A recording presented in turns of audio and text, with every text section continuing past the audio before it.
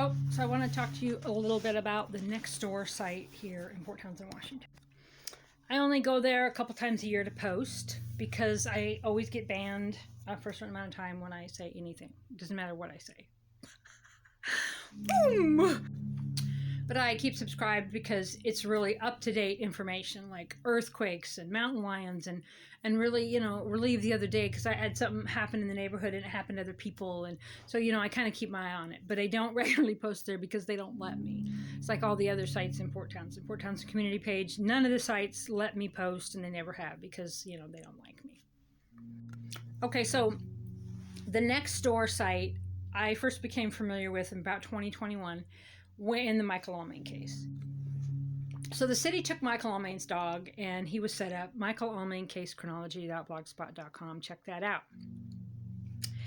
And Center Valley Animal Rescue had a Facebook page. Nextdoor had a page talking about it also. And one of the admins there, Tom or something, good friends with Julie St. Marie, the prosecutor that set Michael up and was part of it. Anyway, so Michael, as you know, had a really hard time. They were setting him up. They were stalking him. They were doing things that no one would ever believe. I believed it because I knew intuitively it was right, and I've proved it all now. But I stood up for him because I knew him. I'd never met him or talked to him, but I'd witnessed him for every day for a few years because I was living in a car downtown Port Townsend, and so was he. I never spoke to him. I just watched him. So I testified in court to stand up for a stranger to save his life. I got a commercial building out here in Hadlock. I'd rented for my church. And I noticed online that people were saying horrible things about this guy and showing pictures of this dog. And I was like, oh, I've seen that guy and the dog, and that's just not true. Like, I know every day for years that what they're saying about him is not true. Don't know anything else about him, but I know that that's not true. So I commented and said, oh, no, here's the deal. I did videos. I testified in court.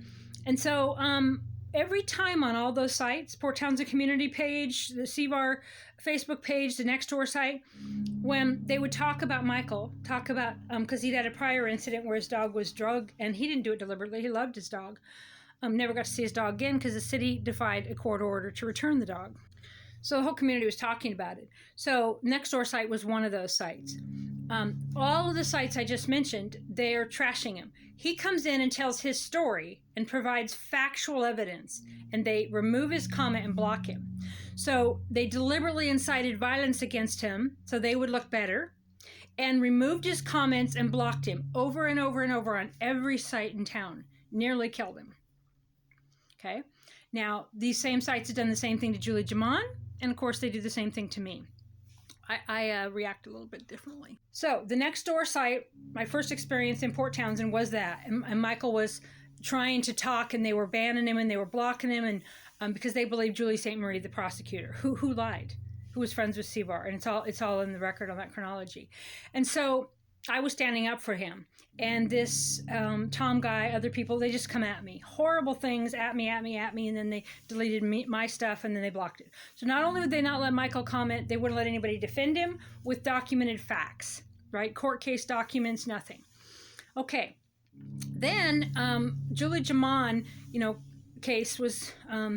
for me, it was going on because I'm investigating every part of it for books and documentaries and complaints and all kinds of things.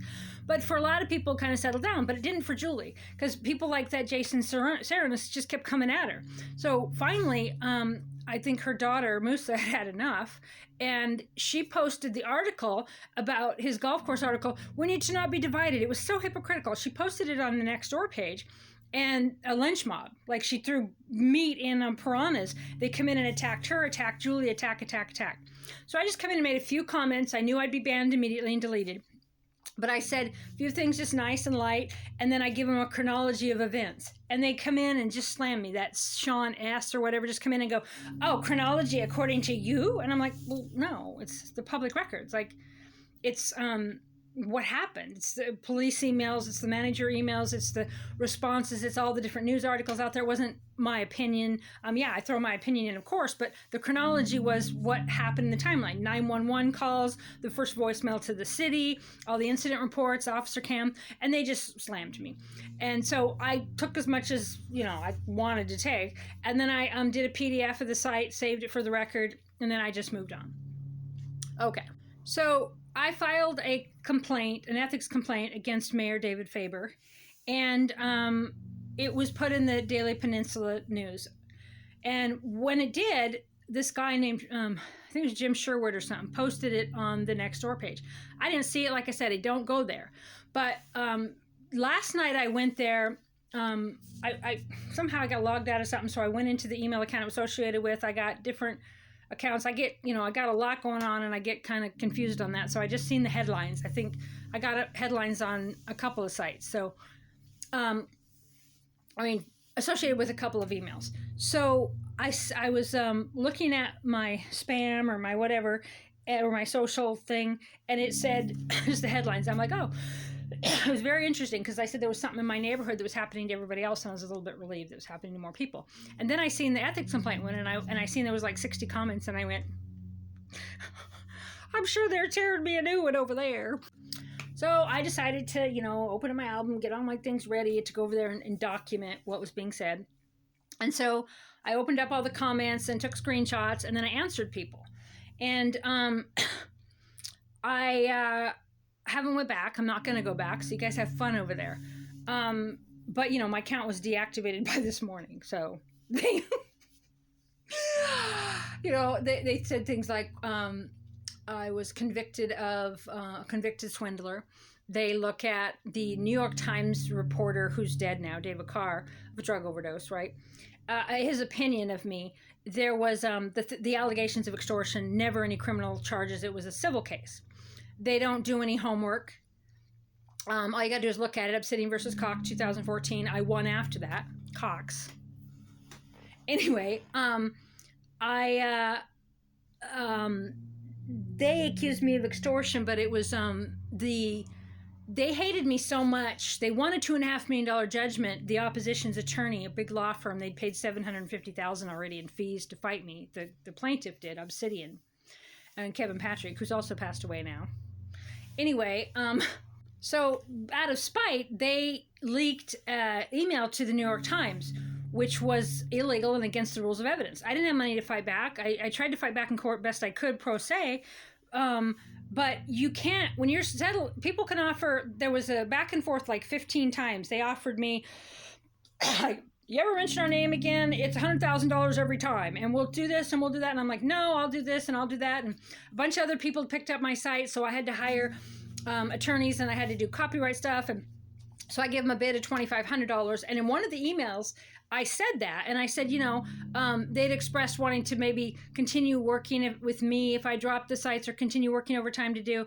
And so I give them an offer. So we made offers back and forth. They took one of those offers and leaked it to the New York Times against the rules of evidence in a settlement negotiation that I sent them after I'd already been sued for $10 million and was pro se my own attorney. It was an attorney privileged conversation.